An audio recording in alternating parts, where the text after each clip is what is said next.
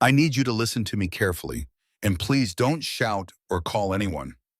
Her voice trembled, but it conveyed an urgency that made the blood run cold. Lucian Romero, a widow for 32 years, a seamstress and respected figure at the Santa Esperanza de la Sierra Fair, looked up from the fabric she was folding and felt the world stop. There stood Duke Jonas de Alvarenga, heir to the duchy of the same name, known throughout the city for being a rigid and solitary man. Now he was standing in front of her humble stall, his face pale as death. "If I am not married before sunset, I will not return to the castle alive. There are people waiting for my downfall, and if I fail today, they will kill me. You are my only hope. Please help me." The Santa Esperanza de la Sierra Fair bustled around him with the cries of vendors, the smell of ripe fruit and warm bread mixed with the sweat of hard-working people. Lucian felt the blood freeze in his veins when he heard those words, because in those desperate green eyes there was no joke, only the true fear of someone facing death. She wore a simple gray linen dress, the color of mourning she had worn for over a year, since she had buried her husband, who had died too young. Her brown hair was pulled back into a severe bun, and her dark eyes analyzed the powerful man who trembled before her like a lost child waiting for salvation. "Are you asking me to marry you to save your life?" Lucian whispered, feeling his heart racing in his chest, tight with fear and confusion. Jonas nodded, despair etched on his face and his hands trembling as he clutched his black hat, crumpling it between his aristocratic fingers that had never known hard work. "I know you are a widow. I know the town talks too much. I know that for a woman in your position, starting over is almost impossible. I came to see you because I know that you may be able to save me from loneliness and cruel judgments, and because you can save me from the death that awaits me if I don't fulfill this demand before sunset today." Lucian felt something stirring inside him, something that had been dead for a long time and was now struggling to breathe again with painful intensity. He knew Jonas was right. Being a widow in Santa Esperanza de la Sierra was carrying too heavy a cross. It was hearing whispers behind her back and seeing doors close. But in that impossible moment, there was a duke offering her a way out, a chance to regain her respected name and not die alone and forgotten.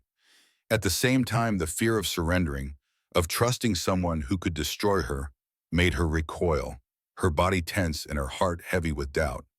"If I accept, and I'm only saying yes, I need guarantees," she said softly, her voice trembling between shame and courage, her gaze averted to the floor.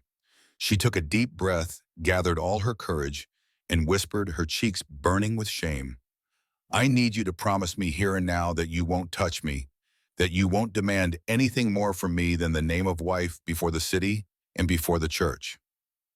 Jonas blinked, surprised. He hadn't expected such a direct, yet vulnerable condition. He was so desperate that he would have accepted anything in that moment of panic. "I promise on the memory of my mother, who was the only person who loved me in this world, that I will not touch you without your permission." He swore, his voice hoarse but firm as stone. "I swear," he said, his voice hoarse but firm as stone. "I promise to treat her with respect, give her a decent home in the castle, and always make her feel what she is. I just need her to agree to be my wife before God and the city before the sun sets and my life ends with it. Please save me as I can save you." Before continuing with today's story, I want to say something that comes from the bottom of my heart. I welcome everyone to the Love and Romance of Yesteryear channel. I am immensely happy to have you here. I sincerely appreciate all the love, every comment, and every word of support. Tell me in the comments where in the world you are listening to the story right now. I love to imagine you there, feeling every emotion with me and living every moment alongside Jonas and Lucy Jan on this journey that is just beginning and seems impossible. Lucian took a deep breath, closed his eyes for a moment, and when he opened them again, he had made a decision.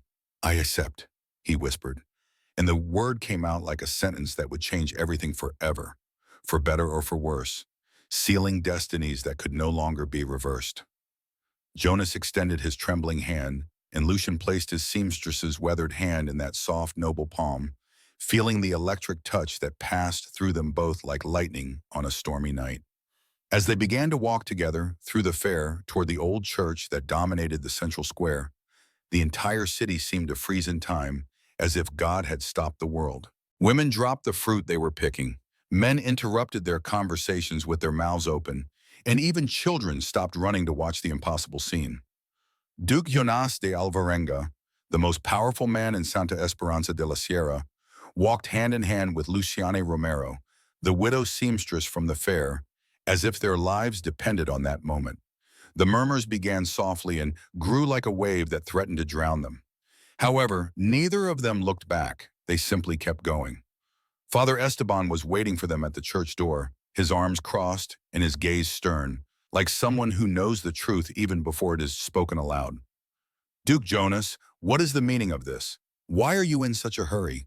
He asked in a deep voice that echoed off the ancient stones of the temple, suspicious of this strange urgency.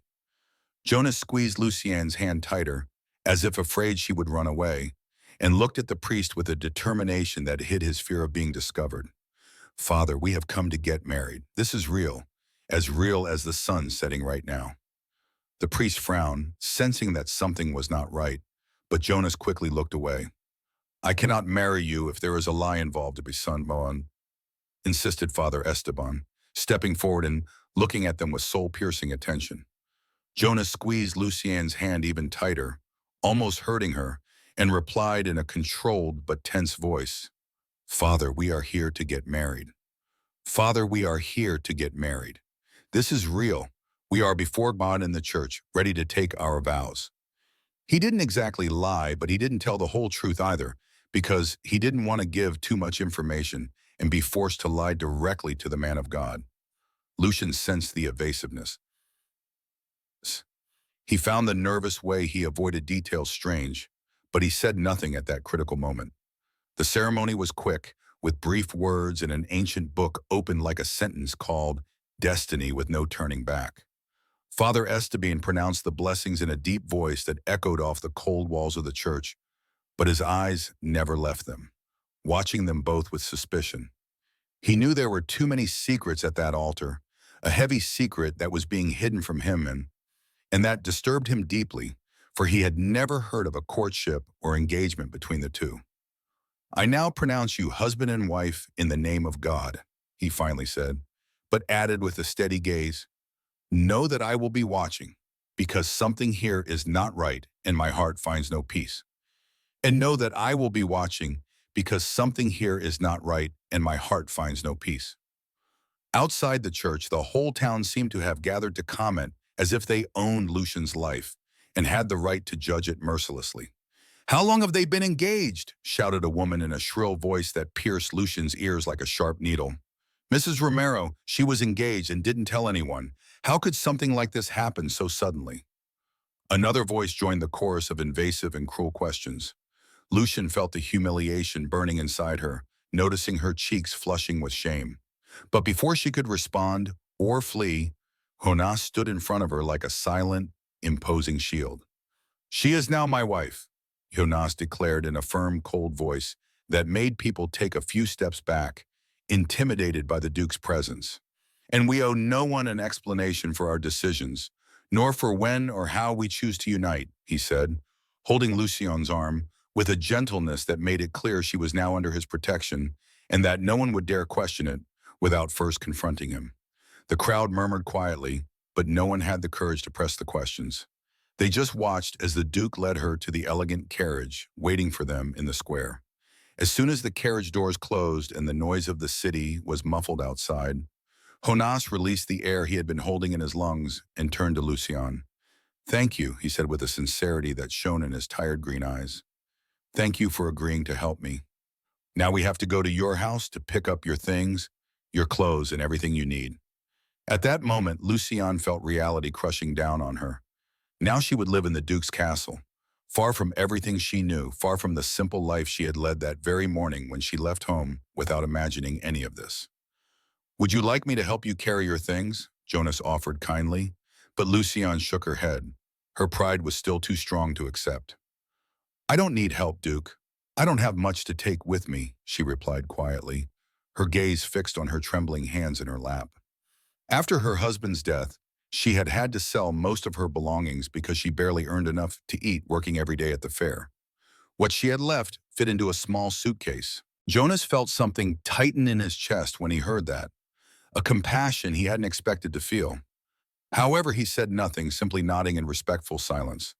The journey to Lucian's small house was quick, and she went in alone while Jonas waited in the carriage, looking out the window at the simple, humble building.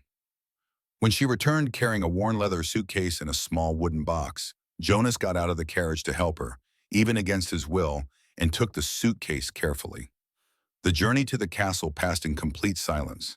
Each was lost in their thoughts about the madness they had just committed and how their lives had changed completely in just a few hours. Lucian looked out the window as the city fell behind, feeling that he was not only leaving a place, but an entire life that he would never get back. When they arrived at the castle, Martin, the butler, a gray-haired man with a kind face who had served the family for decades, was waiting for them at the main entrance. When he saw his employer get out of the carriage accompanied by an unknown woman, his eyes widened with surprise and confusion, emotions he tried unsuccessfully to hide. "Who is this young lady?" he muttered to himself, not understanding anything that was happening on that strange night.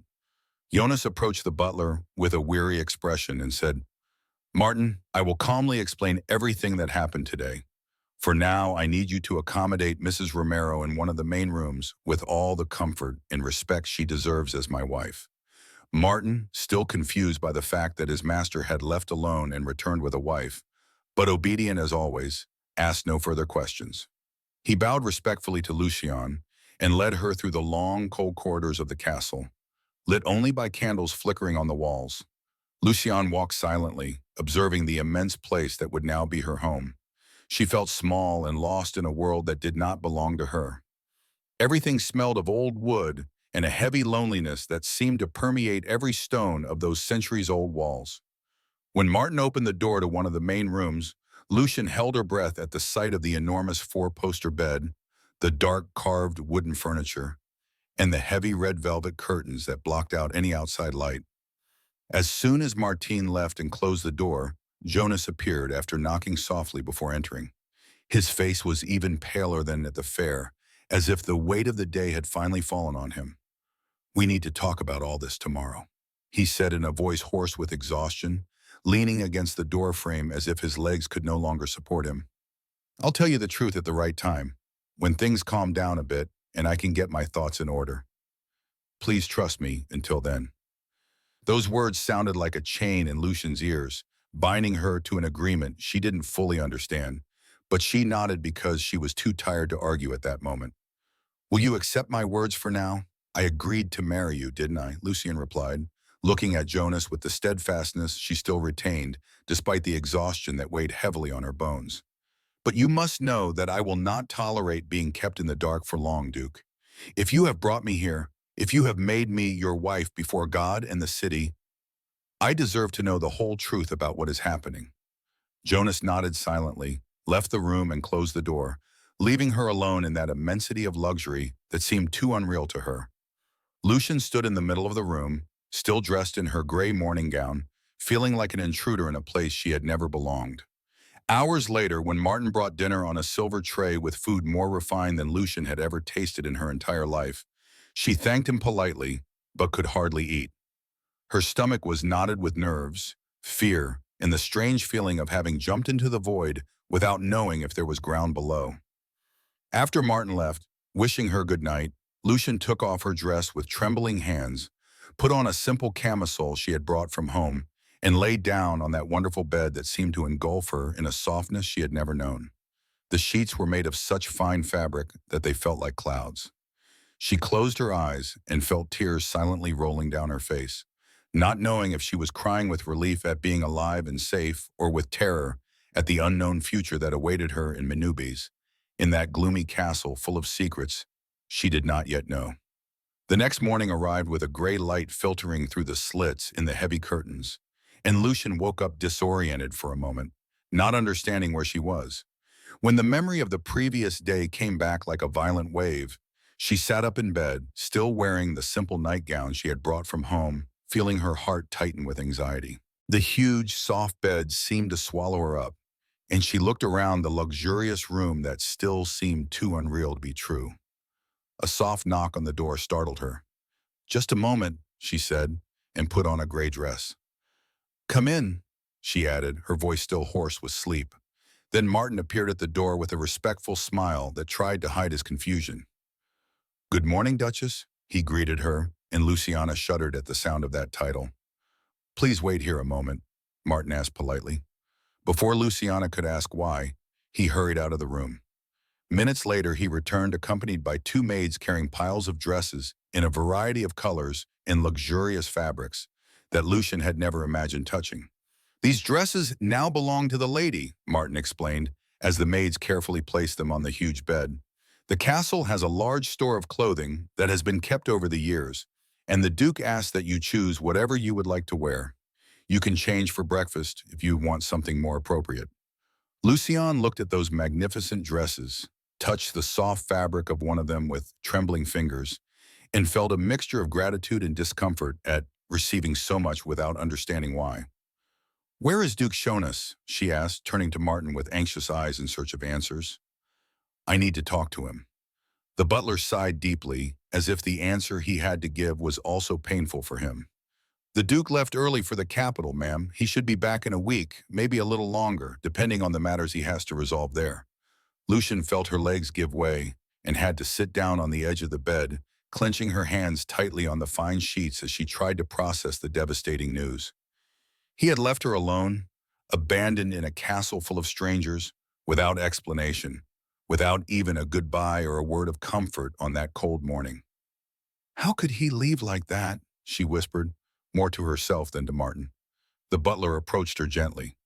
"Madam, I don't know what's going on to give you any more information about the Duke's motives or this whole situation," Martine confessed with an honesty that touched Lucien's heart. "But whenever you want to talk to me, vent, or need anything, I'm at your disposal. You are not alone in this castle, even though it may seem that way now." Lucian nodded silently, took a deep breath, and tried to regain the composure that had always characterized her. "Thank you, Martin. I'll get ready and come down for breakfast," she said in a firmer voice, determined not to let herself be defeated so easily. When Martin and the maids left the room, leaving her alone with that pile of expensive dresses, Lucian chose a simple, dark green silk one without too many embellishments, the most discreet of them all. She dressed carefully, feeling the fine fabric glide over her skin, and arranged her hair with more care than usual. She looked at herself in the large mirror in the room and almost didn't recognize the elegant woman staring back at her, looking like a true duchess. She took a deep breath, smoothed the dress with nervous hands, and descended the cold marble staircase, following the aroma of coffee and freshly baked bread coming from the dining room. When she entered the enormous dining room with a long table that could easily seat 20 people, she encountered an elegant woman in her 50s, with black hair pulled back in an elaborate hairstyle, an expensive purple velvet dress, and dark eyes that looked her up and down with a calculated coldness that made her blood run cold. "Good morning," Lucien said politely, but the woman did not respond, only continued to stare at her as if she were an unwelcome apparition. "Doña Beatriz, may I introduce the Duchess, wife of Mr. Jonas," Martin announced formally as he entered the room just behind Lucien, and the Duke's aunt's reaction was immediate and shocking. "What do you mean, wife?" Doña Beatriz rose from her chair with such force that it scraped across the polished wooden floor. "I knew nothing about this. My nephew has always been very proper in all his decisions. He always consulted me on important family matters. What is going on here?" She turned to Martine, her eyes burning with anger and confusion. "Call Jonas right now. I need to talk to him immediately." Martine took a deep breath and calmly informed her that the Duke had left for the capital and would not be back for another week. The silence that followed was as heavy as molten lead, and Luciana felt completely lost in that horrible moment of tension and ill-concealed hostility. Doña Beatriz looked at her with eyes that seemed to pierce her soul in search of flaws, in search of reasons to despise her. Lucian held her gaze with all the dignity she had left. "Sit down, ma'am, please." Martin intervened gently, pulling up a chair for her and serving her coffee in a porcelain cup too fine for her weathered hands. Doña Beatriz snorted with disdain, threw her napkin on the table with contained anger, and left the dining room with firm steps, leaving behind a trail of expensive perfume and disapproval that suffocated the atmosphere.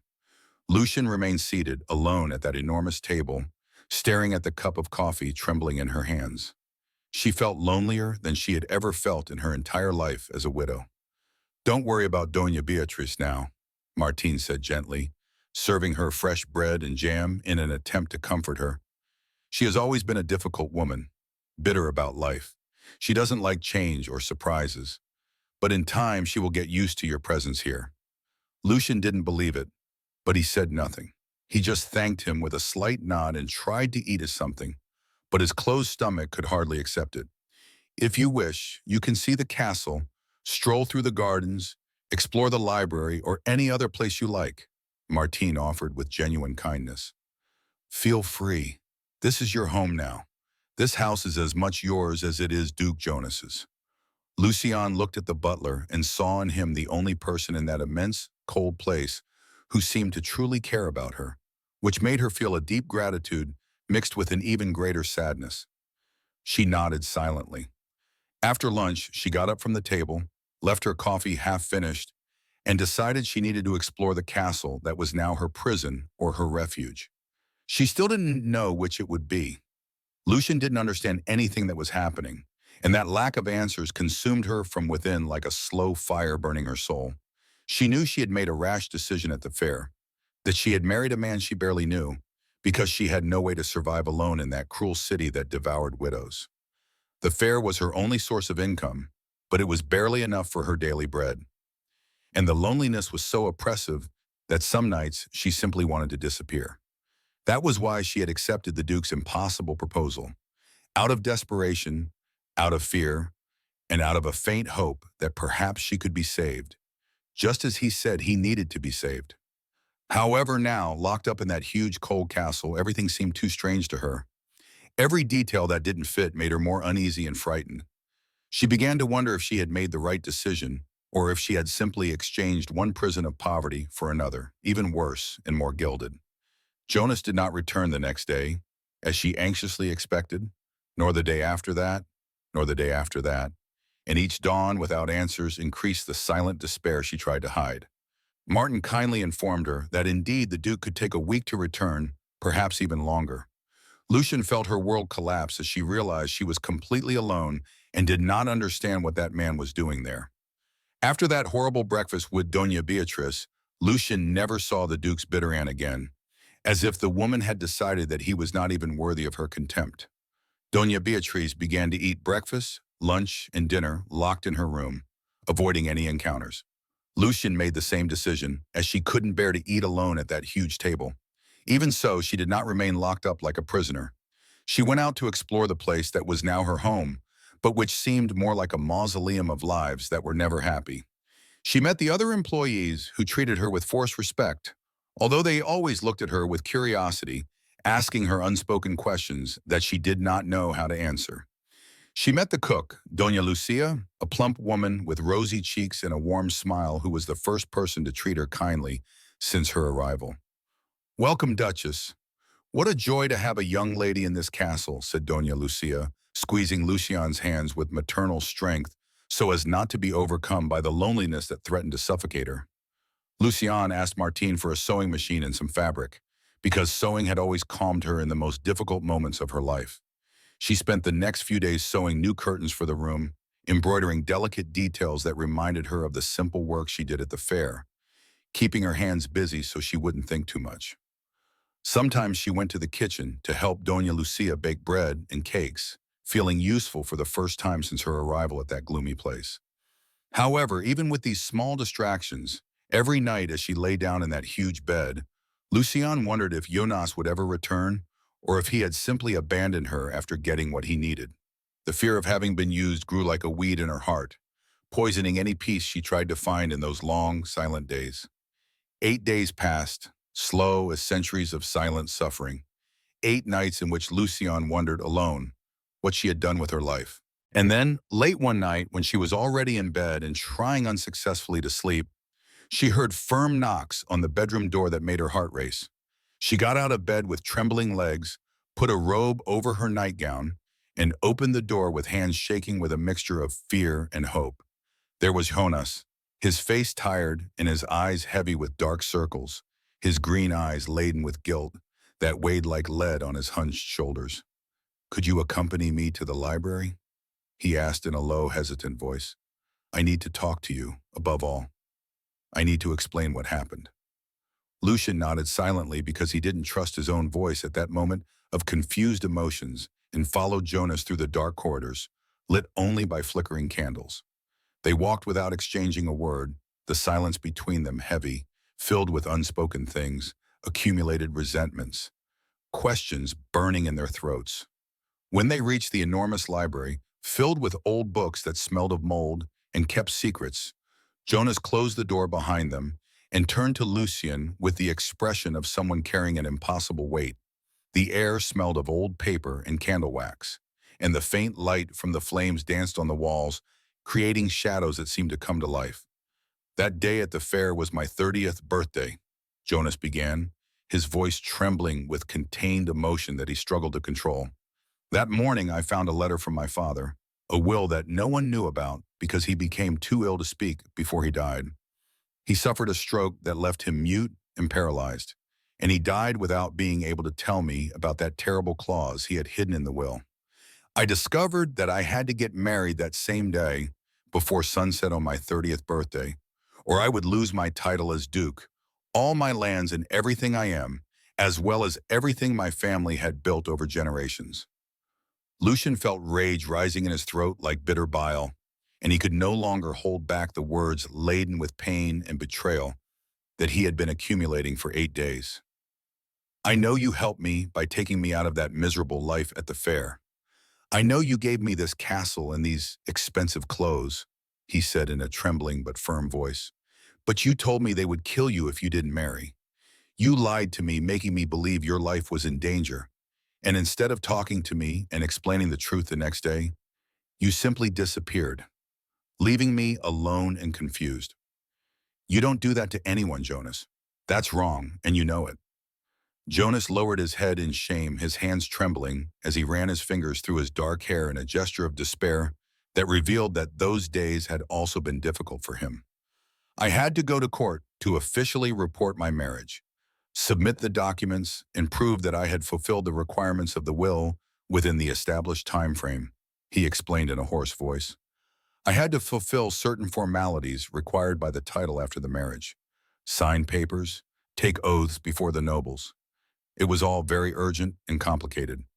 Now everything is settled, so I've come back. I beg your forgiveness. I apologize from the bottom of my heart, but I had to do it urgently because if I had waited one more day, I could have lost everything, despite being married." "And why didn't you take me with you? Why didn't you explain anything to me before you left?" asked Lucian. "Because I didn't want to talk to my aunt. I knew that Doña Beatriz wouldn't understand and would try to stop it," confessed Jonas, finally looking up to face her. "My aunt always controlled my life. She always wanted to decide everything for me. And if I had told her about the will before everything was settled, she would have arranged a marriage with some noble woman of her choosing. I didn't want that. I didn't want to be manipulated again. That's why I acted alone and too hastily, without thinking about how you would feel. Your aunt treated me with such contempt at that awful breakfast. She looked at me as if I were trash that someone had brought in to dirty her castle," Lucian said, his voice breaking with resentment. "And after that day, I never saw her again. She disappeared as if my presence were poison, and I stayed here alone, not understanding anything. No one in this castle understands what you're doing. They look at me with curiosity and pity, and I feel completely lost, not knowing if I'm really your wife or if I'm just a piece you used in a game I don't understand." Lucian looked at him seriously and asked in a trembling voice, filled with deep disappointment, "Why did you do that? Why did you lie and say they would kill you if you didn't marry me? You could have told me the truth from the beginning. You could have said you would lose your title if you didn't marry, and I would have accepted anyway. You didn't need to deceive me. You didn't need to make me believe your life was in danger when all that was at stake was your title. Jonah closed his eyes in pain, as if each of her words were a stab he deserved to receive, and took a deep breath before responding with painful honesty. You have every right to be angry. You have every right not to trust me anymore after what I did, Jonas said in a voice laden with sincere regret. I was desperate, panicked, and the first thing I thought was that you would help me quickly. It was a mistake. It was cowardly of me, and I apologize once again from the bottom of my heart. Now we need to start from scratch, with complete honesty between us. No more lies or secrets that could destroy us. Lucian stared at him, fighting against her mistrust in the desire to believe that this time he was sincere and would not deceive her again.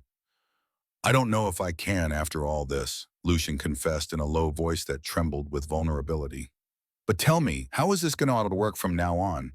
I need to know the whole truth, with no more surprises or disappearances that leave me alone and lost.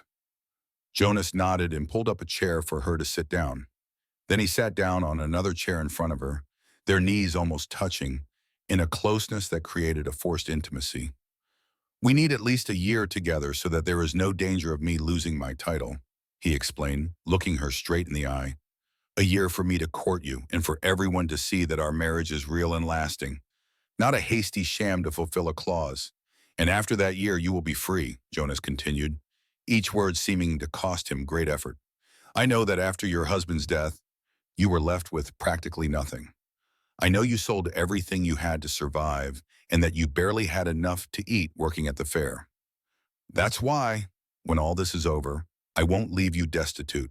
I'll give you a nice house, far from here, if you wish, and enough money to live comfortably for the rest of your life without depending on anyone. Lucian felt something tighten in his chest when he heard that. A strange mixture of relief at having a guarantee for the future and sadness at knowing that it all had an expiration date and wasn't real. During this year, we need to appear together at dances and social events in the city, Jonas explained seriously. You will accompany me on the projects I am developing, on visits to the estates, and at meetings with the nobles of the region, so that everyone can see that our marriage is real. But in the castle, we will sleep in separate rooms, as we are already doing, and I will keep my promise not to touch you, Lucian. He nodded silently, trying to process it all, and imagine what it would be like to live that lie for a whole year without going crazy. But at least now he knew the rules of the game. We must be very convincing, especially to my Aunt Beatrice, Jonas added, in a more serious and concerned tone. She can't know anything about the will or our agreement. She can't suspect that this is not a love marriage. My aunt is a complicated woman, and if she discovers the truth, she may turn against me. Lucian thought of that bitter woman who had looked at him with such contempt during breakfast. But we must be even more convincing for my cousin Tomas de Lancastre, said Jonas. And for the first time, Lucian saw genuine fear in his green eyes. He wanted my position. He knew about the clause in the will through his father, who was my father's confidant before he died. But he didn't tell me anything. He hid that information in the hope that I wouldn't get married in time and that he would inherit the title and all the lands. Tomas is dangerous, ambitious, and cruel. And if he finds out that our marriage was rushed, he may try to have it annulled in court on the grounds of fraud. That's why we have to be perfect. We have to convince even him that we truly love each other. Lucian felt the responsibility fall on his shoulders like an impossible mountain to carry. But at the same time, he understood Jonah's desperation now that he knew the whole story. What about Father Esteban? He asked, remembering the priest's suspicious look on the day of the wedding. He already suspects something is wrong. He's not stupid, and he's known you since you were a child. Jonas sighed deeply and ran his hand over his tired face. Father is a problem that worries me greatly, he admitted honestly. But we can't lie to him directly. It would be too serious a sin, and he would know instantly. So what do we do? Lucian insisted, because the idea of deceiving the man of God weighed heavily on his conscience. We must avoid him until then. We'll avoid deep conversations or confessions where we would have to lie, Jonas replied, knowing it wasn't an ideal solution. We'll go to church on Sundays like a pious couple, but we'll leave quickly without giving him the opportunity to question us alone. When a year has passed and everything has been resolved and you leave, I myself will confess everything to the priest and ask God for forgiveness for the deception. Lucian didn't like that part of the plan, but he understood that there was no better option at that moment. Do you agree with everything I've told you? Jonas asked hesitantly, searching her eyes for some sign that he hadn't lost her completely. Lucian remained silent for a long time, reflecting on everything he had heard and weighing his options, or rather the lack thereof. She could refuse and return to the fair, but she would come back even more stigmatized and judged by the town. She would be the woman who had married the Duke and left a few days later. Or she could live through this year of lies and then have the chance to start over, which with enough money to never depend on anyone again. I accept all that, Lucian finally said in a voice firmer than he expected. But on the condition that you never disappear without telling me again, that you never leave me alone for days without explanation, feeling abandoned. If we're going to live this lie together for a whole year, I need to be able to trust that you won't disappear again, leaving me at the mercy of your aunt and nosy employees. Jonas got up from his chair and held out his hand, as if he wanted to seal a new agreement, this time more honest and fair to both of them. I promise I'll never disappear without warning again, Jonas swore with a seriousness that shone in his tired eyes. From now on, we are partners in this situation, and partners don't abandon each other without warning or explanation. Lucian placed his hand in his, feeling the firm, warm contact, which this time did not tremble with despair, but with renewed determination. They looked at each other in that silent library, full of books that held the secrets of past generations. They both knew that they had just made a pact that would change their lives forever, for better or for worse, something that was yet to be discovered. Lucian left the library with trembling legs and a confused heart, closing the door behind him and leaving Jonas alone in that sea of ancient books. Jonas stood motionless in the middle of the huge room, breathing deeply the air that still held her soft perfume, and felt the weight of 8 years of secrecy finally begin to squeeze his chest with suffocating force. Jonas walked to the large window overlooking the castle's dark gardens, rested his forehead against the cold glass, and for the first time, allowed himself to relive the memory he had kept as a forbidden treasure for so long. He closed his eyes and returned to that Sunday 8 years ago, when it all began without her ever knowing. It was a sunny morning, the light streaming through the stained glass windows of the church, painting the stone floor with red, blue, and gold lights that danced like divine promises.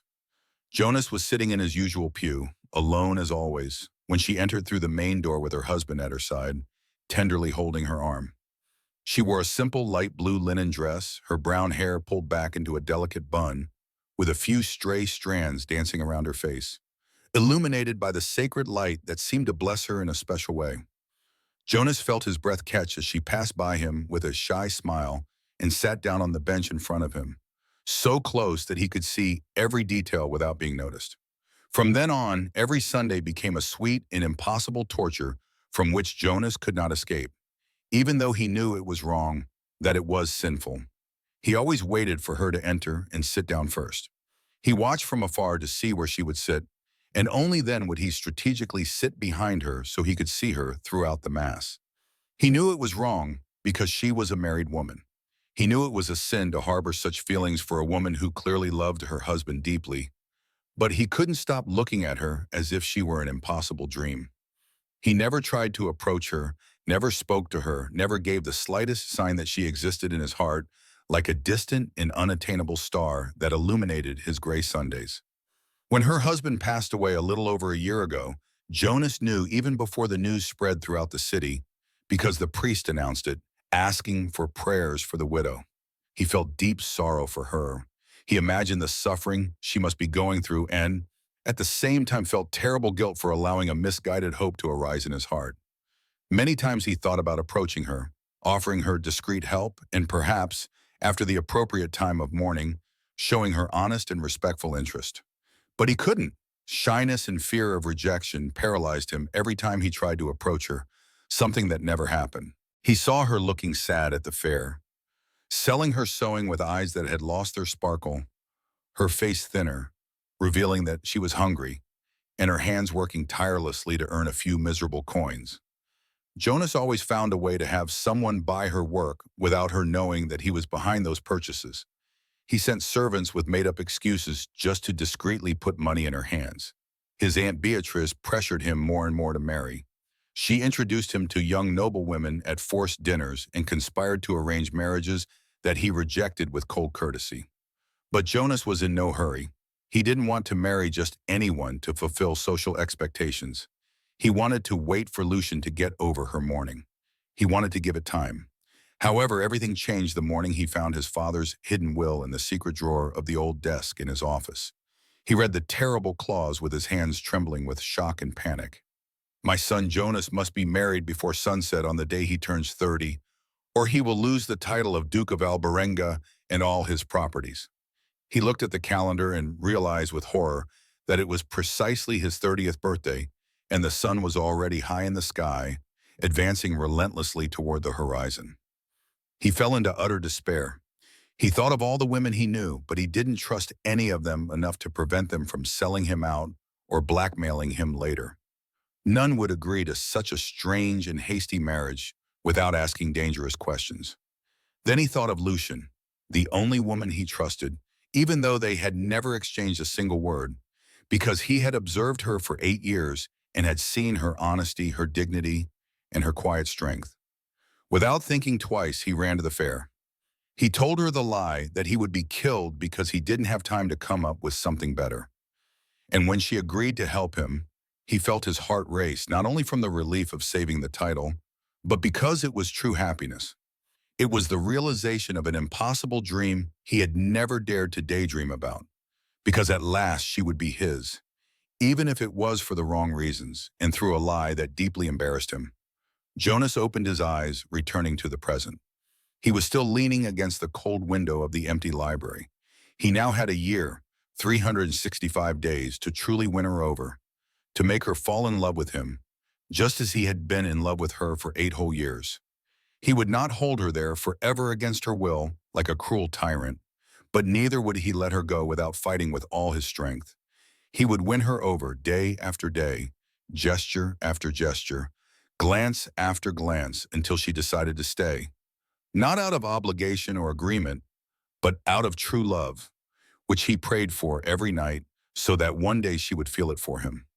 He straightened the Duke's posture he had always maintained like armor and swore to himself, in that silent library that now witnessed his secret finally revealed, that he would win her over. I will make you love me, Lucian, he whispered into the empty air like a sacred promise, not with lies or manipulation, but with truth, respect, and all the patience it took. And if at the end of this year you still want to leave, I will let you go with dignity and with everything I promised you. But I will fight for you with all my strength, because you are the only woman who has made my heart beat this way, and I will not give up without trying. Jonas blew out the candles in the library one by one, leaving only the pale light of the moon to enter through the high windows and dimly illuminate the books that held stories of ancient loves. He left that place with a lighter weight on his shoulders, now that the truth had been told, but also with a dangerous hope in his chest that hurt and comforted him at the same time. He climbed the stairs to his room, passed Lucian's door, and stopped there for a long time, imagining her on the other side, lying down, thinking about everything they had talked about. He placed his hand on the cold wood of the door. He was about to knock to say goodnight, but he held back, respecting her space as he had promised. He entered his cold and lonely room where he had slept for years without ever sharing it with anyone. For the first time in a long time, he lay down on the huge bed with a slight smile on his lips. He had a year, a whole year, to show her who he really was beneath the armor of the lonely, rigid Duke.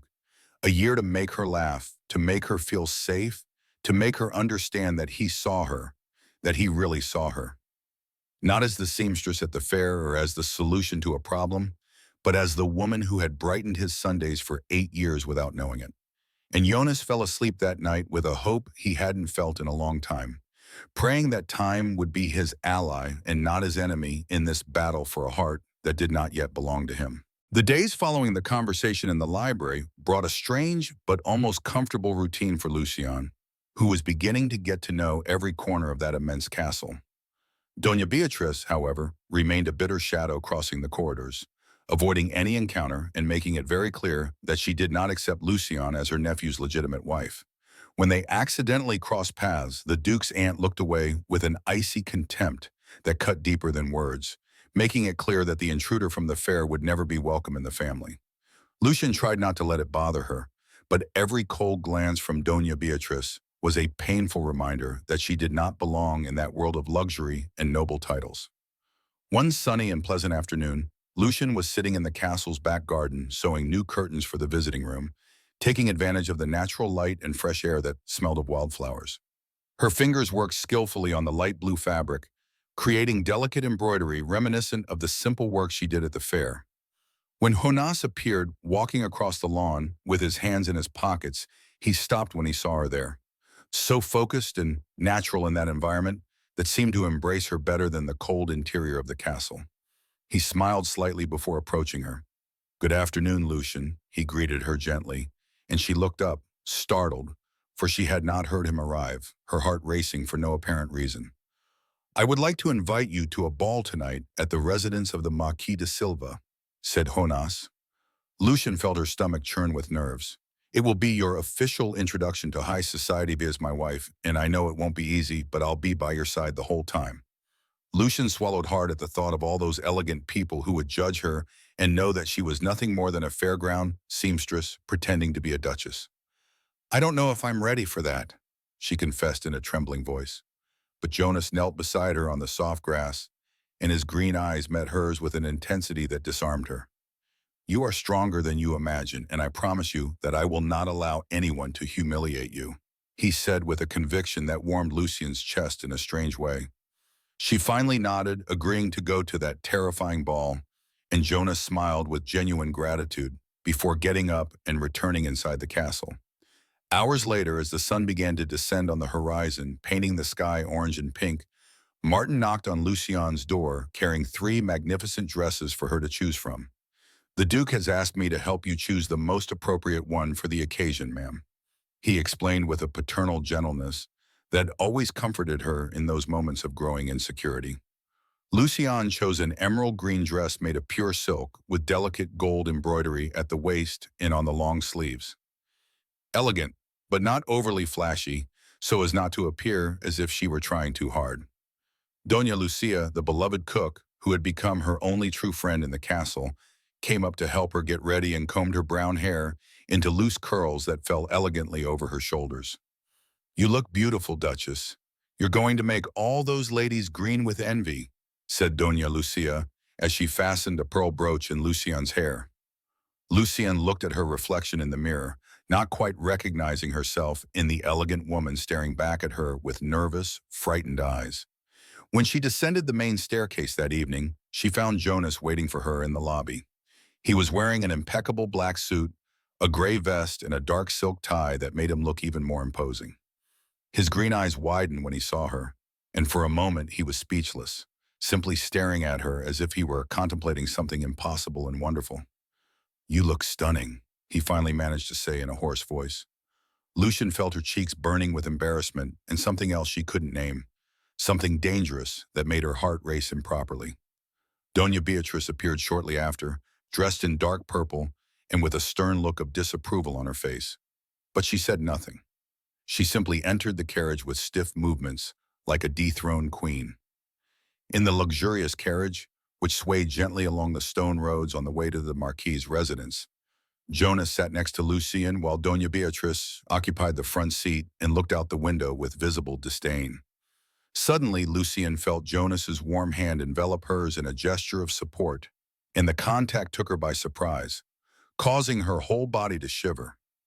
His hand was warm, firm, and comforting, and he held hers throughout the journey, as if transmitting courage to her through that simple contact.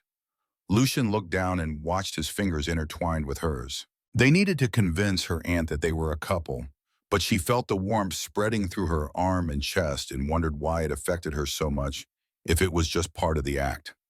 When they arrived at Mayusum, the Marquis's residence, the mansion was lit with lights and crystal lamps that sparkled like stars trapped in the high ceiling, decorated with frescoes. Soft music played in the background as the elegantly dressed nobles conversed in groups, holding glasses of wine and laughing at jokes Lucian did not understand. Jonas guided her through the enormous hall with a firm hand on her back and introduced her to each group they encountered. My wife, Duchess Lucian of Alberenga. The women looked her up and down with curious and judgmental eyes, whispering among themselves as they passed.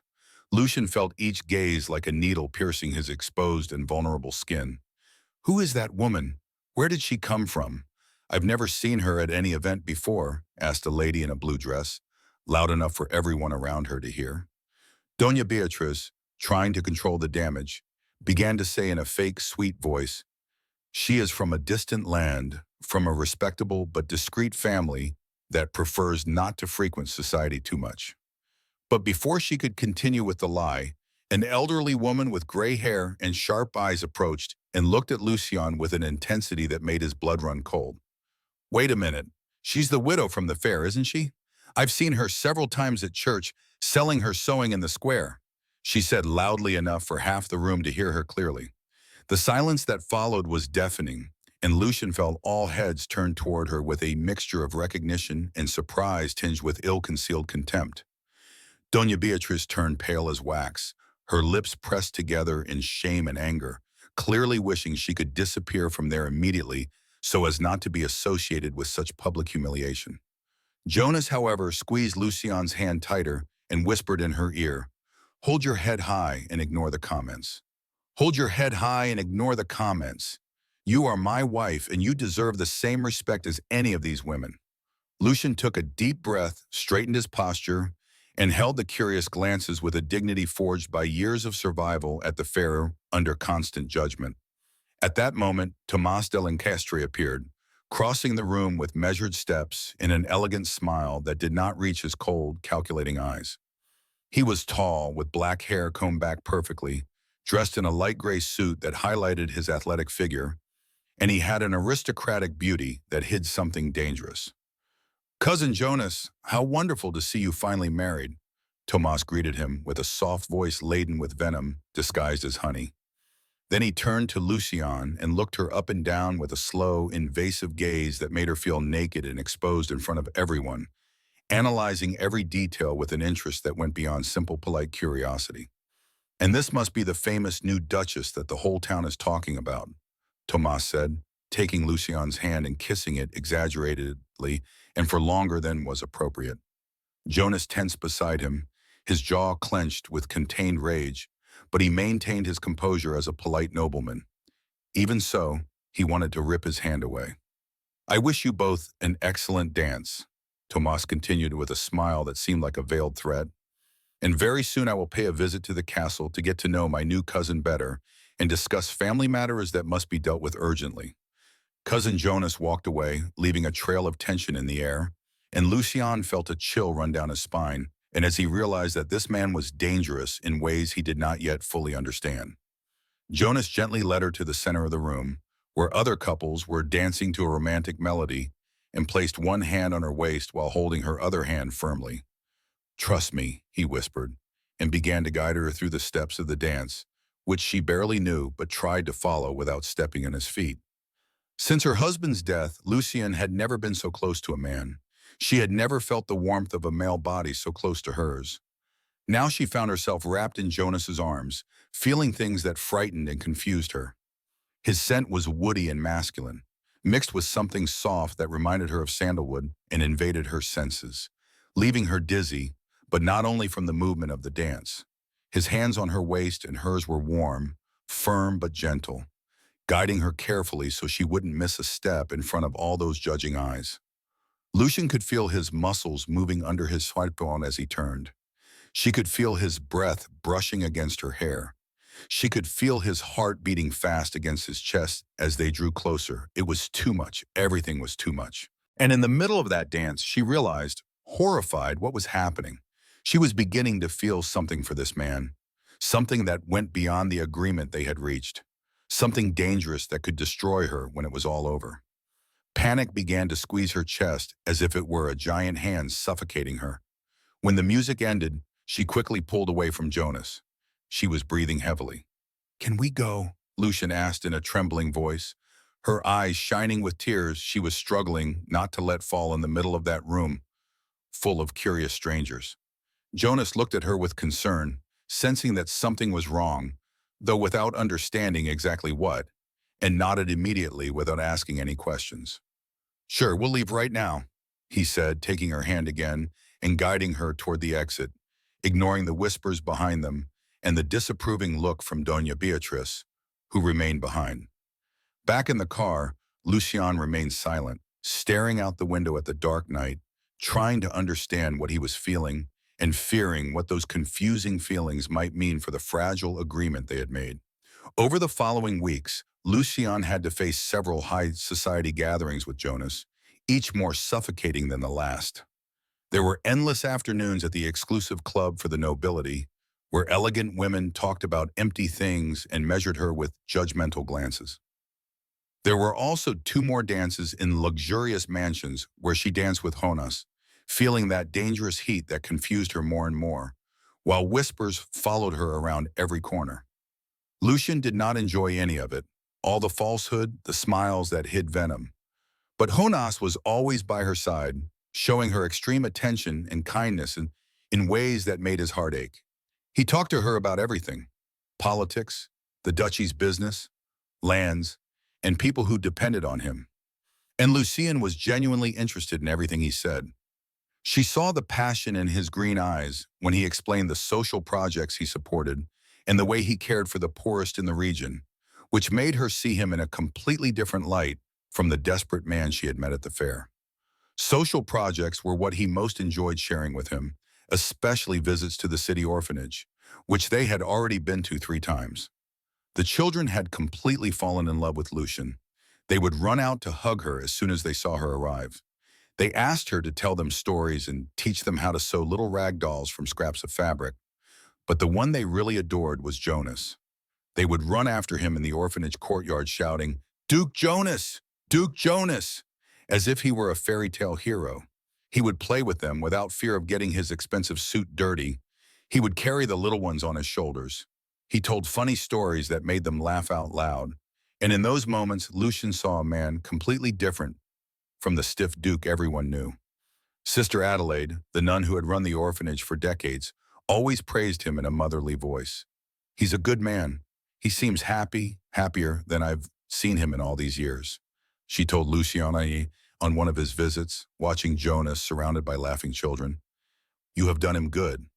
You have brought light to a heart that lived in darkness." Lucian was deeply saddened to hear those words, because no one knew that it was all a charade and agreement with an expiration date. He smiled sadly at Sister Adelaida and looked away, feeling guilty for deceiving even that saintly woman who saw goodness where there was only lies. Every compliment, every comment about how beautiful the couple was, every look of approval hurt like a knife in his conscience, knowing that in less than a year it would all be over. And worst of all, he was beginning to feel that he didn't want it to end, but he couldn't admit it even to himself without feeling naive. One afternoon, while Duke Jonas and Lucian were away visiting one of the duchy's estates, Doña Beatriz decided to carry out what she had been planning for days. Consumed by a poisonous curiosity, she went up to the upper floor of the castle where the main rooms were located. She looked around to make sure no one saw her and began to open doors carefully. First, she opened Jonas's room and saw the bed perfectly made, with no signs that it had been shared. Then she walked to the other room down the hall and discovered that Lucian was sleeping alone in a separate bed. Her heart raced with malicious satisfaction when she saw that they were sleeping in separate rooms. Something was definitely wrong with that marriage, which had been rushed into. She ran downstairs in search of Martin to confront him. "Martin, I need to talk to you about something very important," said Doña Beatriz when she found the butler sorting the glassware in the dining room. "Why do Duke Jonah and his wife sleep in separate rooms? That's not normal. It's not appropriate for newlyweds." Martin felt a cold sweat run down his back, but he maintained the neutral expression of an experienced butler who had seen it all. "The Duchess likes her privacy, Mrs. Beatrice," he replied in a calm and controlled voice. "That's why they decided to keep separate rooms for the time being. It's a decision made by the couple that we must respect. Doña Beatriz narrowed her eyes, clearly not entirely convinced by that weak explanation, but she decided not to press the issue for now, planning to observe more closely from then on. Martín sighed with relief when Doña Beatriz left, but worry weighed on his chest like a huge stone about to crush him.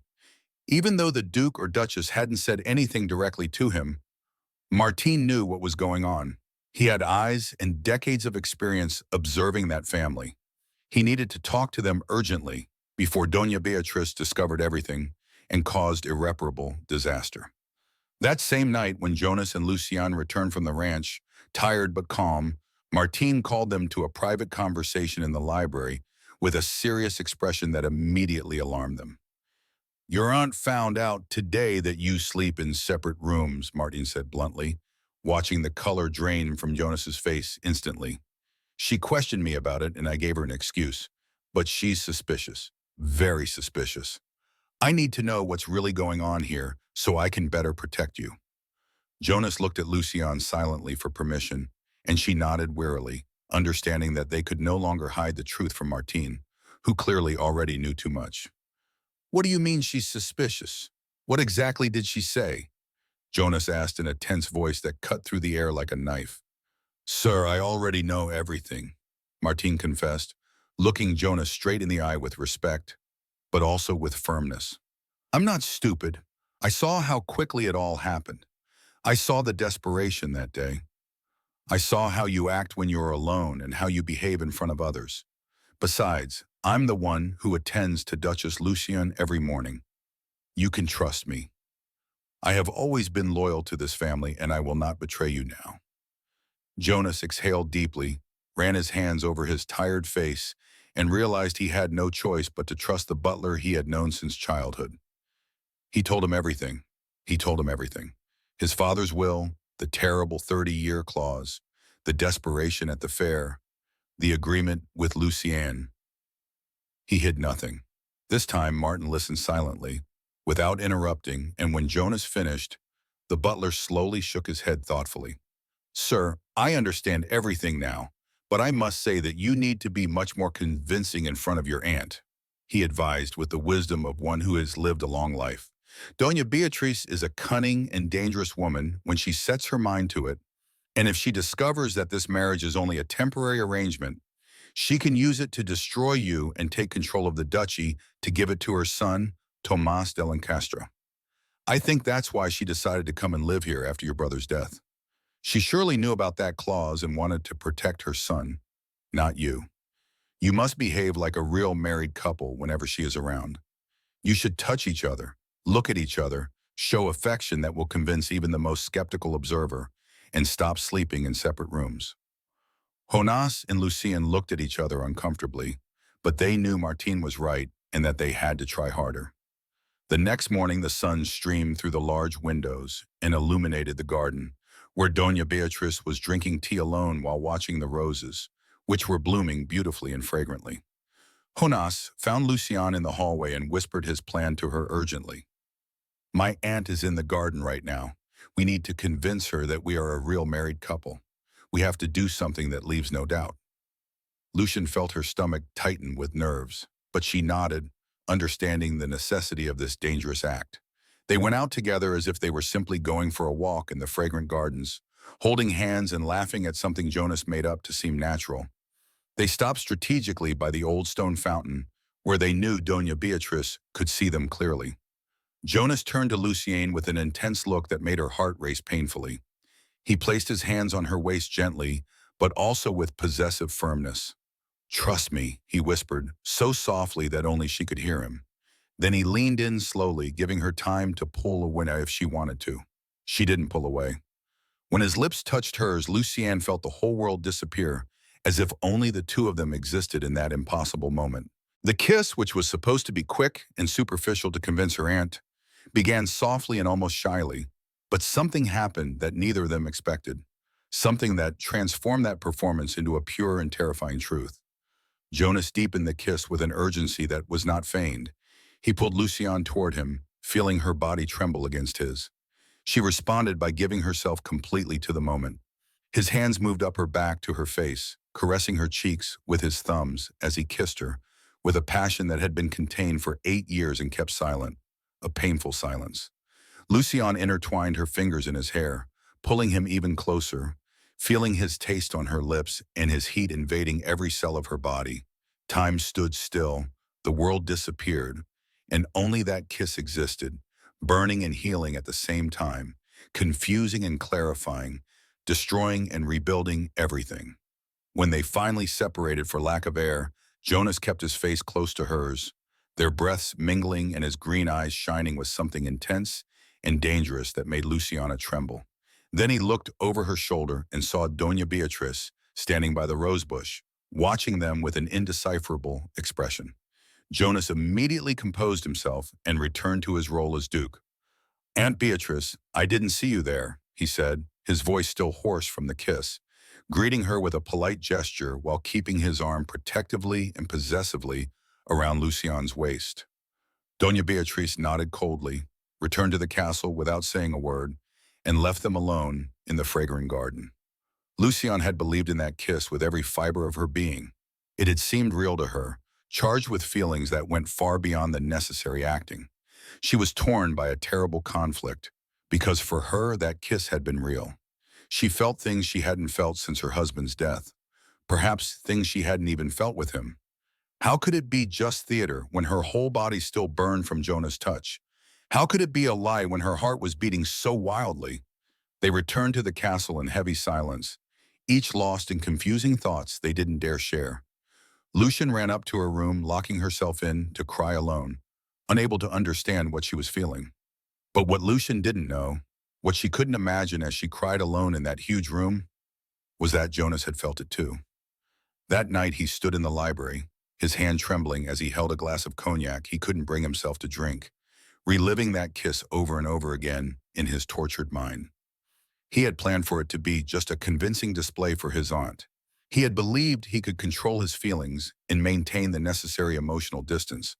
But the moment Lucienne's lips touched his, and she responded with such intensity, Jonas completely lost the control he had maintained for 8 long years. Then he had no more doubts. He loved that woman with all his soul. He felt that she loved him back and understood that the year ahead would be the greatest battle or the greatest victory of his life. Martin's decision to share a room left Lucian increasingly distressed as the day progressed and the inevitable night approached. She knew that tonight, for the first time since their wedding, they would sleep in the same room, breathe the same stale air, and share that intimate space in ways that frightened her deeply.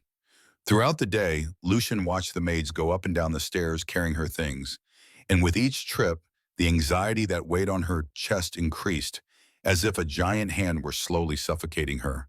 When she went upstairs to see how her room had turned out, she found all her things organized next to Jonas's, her dresses hanging next to his suits, all mixed together in a forced intimacy that made her tremble with nervousness and fear of the unknown.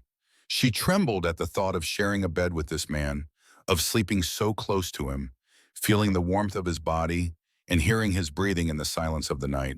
And after that kiss in the garden, which still burned on her lips like a permanent mark, everything became even more confusing and dangerous for her heart, which was struggling against forbidden feelings. How could she maintain the necessary emotional distance when they would be so physically close, when every touch from him made her tremble in ways she couldn't control?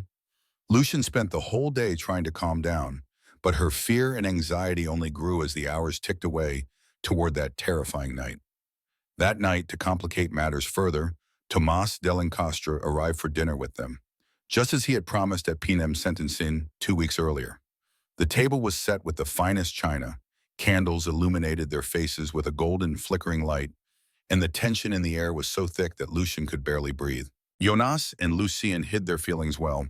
They played the role of a couple in love with a skill that surprised even themselves after so much practice at social events. Jonas touched Lucien's hand at times during dinner, intertwining his fingers with hers while talking politics with his cousin, gently caressing her fingers. And each touch made Lucien's heart race in a way that was definitely not feigned or controlled. Tomás watched everything with the eyes of a calculating predator, analyzing every subtle gesture, every exchanged glance. every word spoken, looking for inconsistencies in their story. He smiled politely, but his cold eyes never stopped evaluating, measuring, and searching for the fatal flaw that would prove that this marriage was a hastily staged sham. When dinner was over, Doña Beatriz called her son to take a walk in the garden, where the shadows hid them from prying eyes. Tomas turned to her with an anxious expression that revealed his growing desperation. "Did you discover anything useful, Mother? Any concrete evidence that this marriage is a lie?" he asked with an urgency he could no longer hide. Doña Beatriz sighed heavily, exhausted by years of relentless intrigue. "I can't stand living here anymore, son," she confessed, her voice breaking with exhaustion. "When will I finally be able to return to your home and live out my last years in peace?" Tomas held his mother's shoulders firmly, his eyes shining with an ambition that would not accept defeat or surrender. "Mom, you know I need you to stay here and keep an eye on Jonas," he said firmly. "Besides, if this marriage is fake, as we suspect, I need evidence that the court can't ignore in order to contest the title." Doña Beatriz shook her head, confused, her thoughts tangled after weeks of watching her nephew and his wife's every move without finding clear evidence. "I'm confused, Tomas, very confused about all this," she admitted in a weak, trembling voice. "I discovered that they slept in separate rooms, which I found extremely suspicious for newlyweds who supposedly love each other passionately, as they appear to in public." "And that's enough proof?" Tomas exclaimed, renewed hope shining in his dark, ambitious eyes. But Doña Beatriz raised her hand, asking for patience before continuing. "Then I saw them kissing in the garden near the stone fountain." "Son," she confessed almost in a whisper, as if admitting it physically hurt her. "And there's no way that kiss was fake, Tomas. I saw true passion there.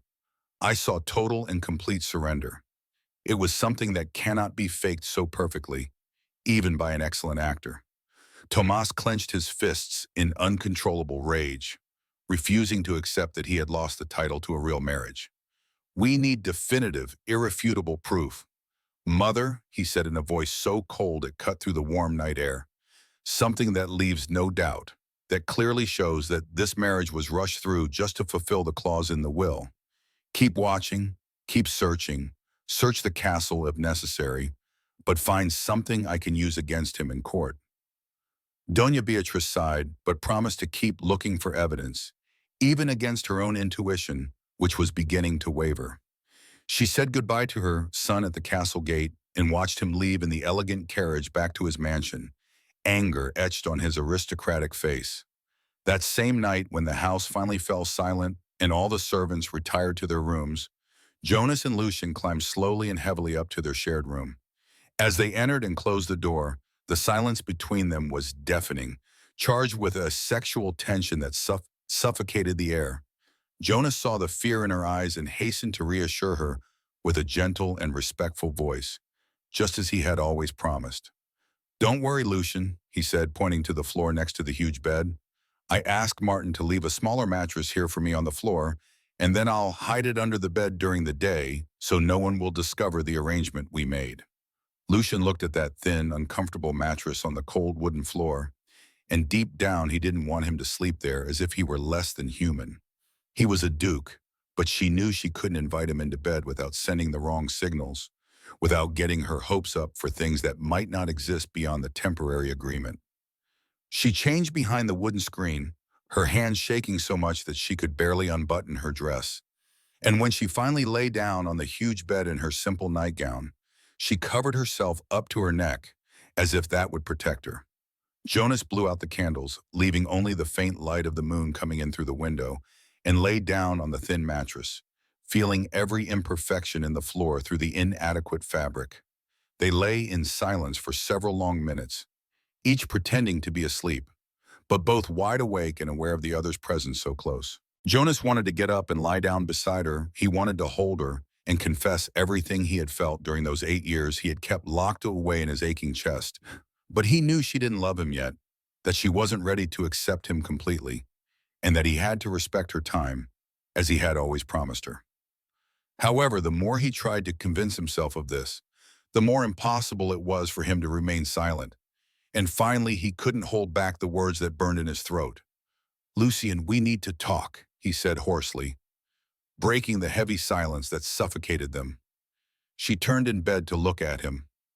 He was down there on the dark floor, his heart racing with a mixture of anticipation and fear. "I hid something from you, something important that I should have told you from the beginning, but I was ashamed," he confessed, then got up from the mattress and sat on the edge of the bed, keeping a respectful distance. "I've always been in love with you, Lucien, from the first day I saw you in church 8 years ago, with your husband by your side, when you walked past me and sat down in the pew in front." Lucien held his breath as he listened to that impossible confession, his heart beating so hard it felt like it was going to burst out of his chest. "You were wearing a light blue dress, your brown hair tied back in a bun, with a few strands dancing across your face, illuminated by the light coming through the stained glass windows." Jonas continued, his voice thick with emotion. "From then on, every Sunday I waited for you to come in first and choose where to sit. Then I would strategically sit behind you so I could see you throughout the entire Mass. I knew it was wrong because you were married and deeply loved your husband, but I couldn't stop looking at you as if I were contemplating something impossible and precious." "Jonas," Lucien whispered, but he raised his hand asking her to let him continue before he lost his nerve. "When your husband passed away, I thought many times about approaching you, about offering you help, but I couldn't because of my shyness and fear of rejection," he confessed with a trembling voice. "I saw you looking sad at the fair, selling your sewing, with dull eyes and going hungry. I bought all those fabrics that you thought were from different customers. I was always the one who sent the servants to buy them to give you money without you knowing who was helping you, because I couldn't bear to see you suffer like that." Lucien smiled when he heard that, a sad smile, but deeply moved by such a display of silent care for so long. "You could have talked to me. You could have come up to me and said something," he said in a low, emotional voice. Jonas shook his head, ashamed of himself. "I was embarrassed, afraid you would reject me or think I wanted to take advantage of a vulnerable widow," he admitted with painful honesty. "But now I need you to know the whole truth. I need to show you something." He got out of bed and walked over to the huge wardrobe. He opened the dark wooden doors and showed her what he had stored there so carefully. Lucien got out of bed with trembling legs, approached the wardrobe, and her heart almost stopped when she saw what was inside. All the fabrics he had sold during those months were there, perfectly folded and preserved as if they were precious treasures that no one had dared to use. "I kept them all because they were made by your hands, because each one carried a piece of you," Jonas confessed, his voice breaking. "I know you don't love me, Lucien. I know you may never love me as I have loved you for 8 years. But I need you to know that I have always loved you since that first Sunday in church, and that everything I have done has been out of true love, not convenience. I am telling you this now because I felt that kiss in the garden was not fake, at least not for me," Jonas continued, turning to look into her eyes which were shining brightly. "Look me in the eyes and tell me you felt nothing, that kiss was just an act to convince my aunt, and I'll never bring it up again," he asked, his voice trembling with fear at her response. "Look at me and tell me you felt absolutely nothing, and I'll respect that forever." Lucien lowered her head, unable to hold his gaze, which stripped her bare. The silence lasted for seconds that seemed like an eternity, and Jonas felt his heart breaking, convinced that she would deny it. But then, slowly like a flower opening in the sun, Lucien raised her eyes and met his with a courage she didn't know she had. "Yes, I felt something," she whispered in a broken but firm voice. "And I felt a lot, Jonas. I felt things I hadn't felt in so long, things that scare me and confuse me, but that I can no longer deny, even to myself." At that moment, he simply pulled her toward him and kissed her with all the passion that had built up over 8 years of painful silence. And there they gave themselves passionately to each other without barriers or fears. His hands moved up her face, caressing her tenderly and urgently. His fingers got lost in her loose brown hair, which he had always wanted to touch. Lucien responded to the kiss with an intensity that surprised them both, pulling her even closer, as if he wanted to melt completely into her, feeling her body tremble against his. They fell onto the bed entwined, the kiss growing deeper and deeper. their breaths mingling and quickening, the whole world disappearing until only the two of them existed in that moonlit room, witness to the birth of a true love that had been building for years without her knowing it. In the days following that night of confessions and passionate kisses, Doña Beatriz continued to watch the couple's every move with the eyes of a tireless eagle that did not give up easily. However, what she saw now was completely different from what she expected to find, and that confused her and defeated her in her mission. She saw them more in love every day. They walked hand in hand through the castle gardens, kissed furtively in the corridors when they thought no one was watching, and laughed together at simple things with a complicity that was impossible to fake. It was impossible to deny the truth that shone in their eyes.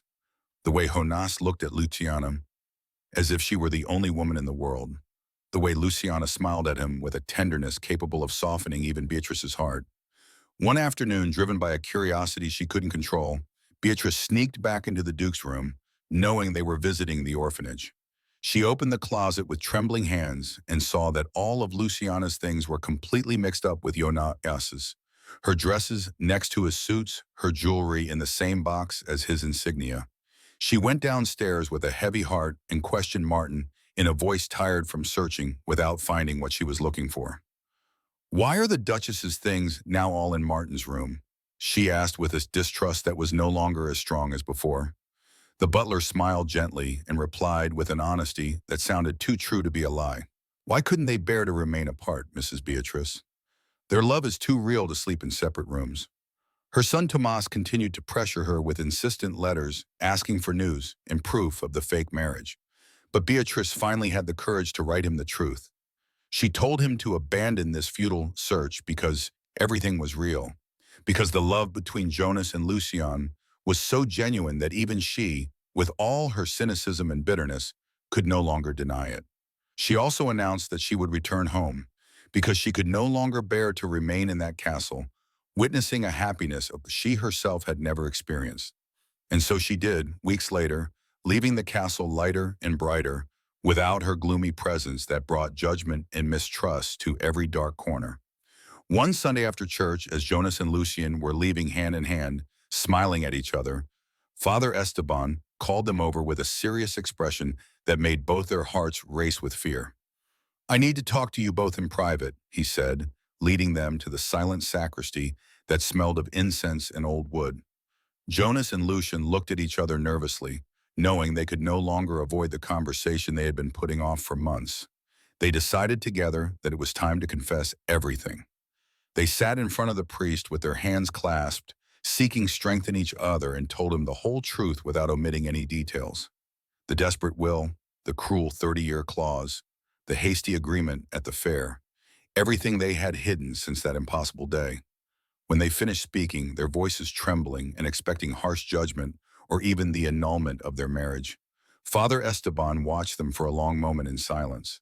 However, to their surprise, an understanding and kind smile appeared on the wrinkled face of the old priest, who over the decades had witnessed so many love stories.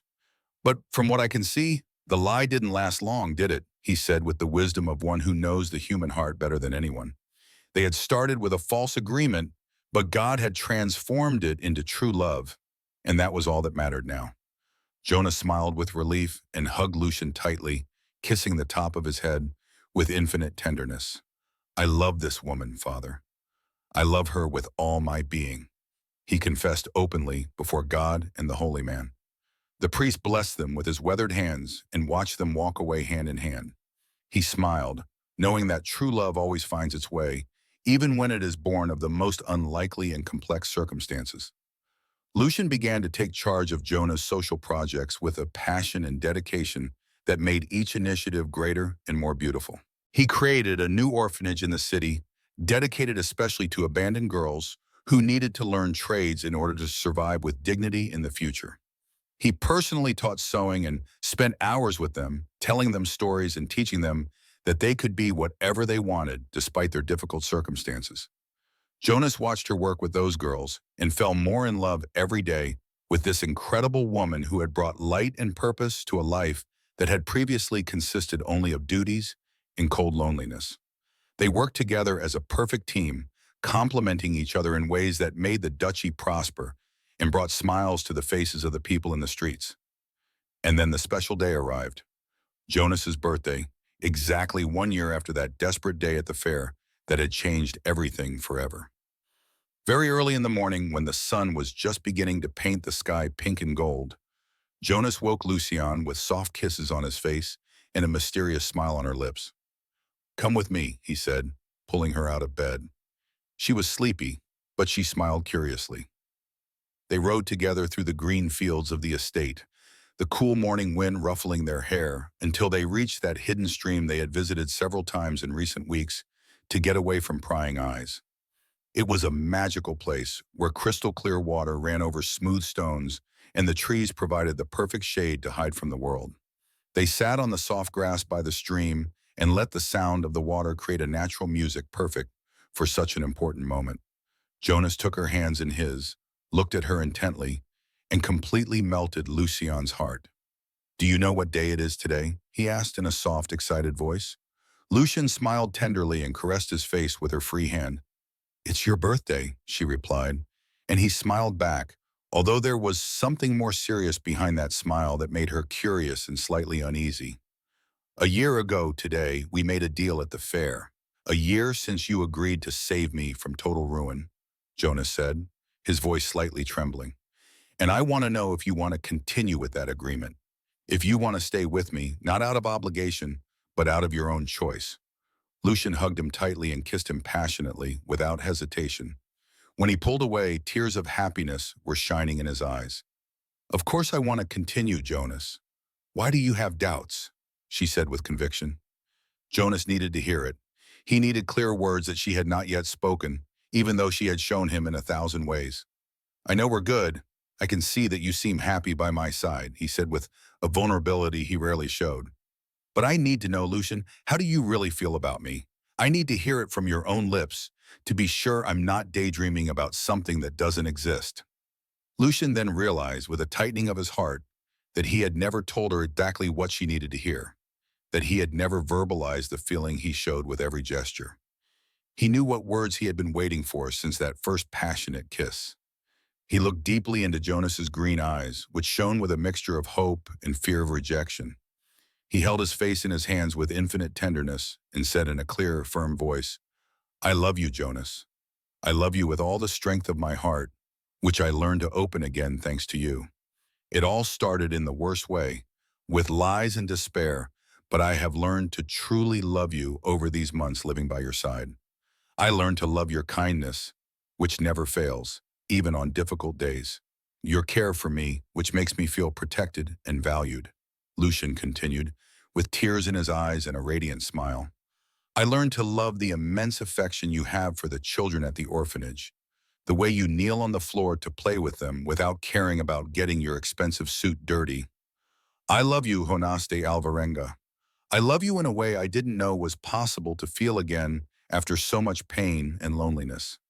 Jonas smiled with tears also falling down his face, his heart bursting with happiness that overflowed from every pore. "Say it again, please," he asked, his voice hoarse with emotion.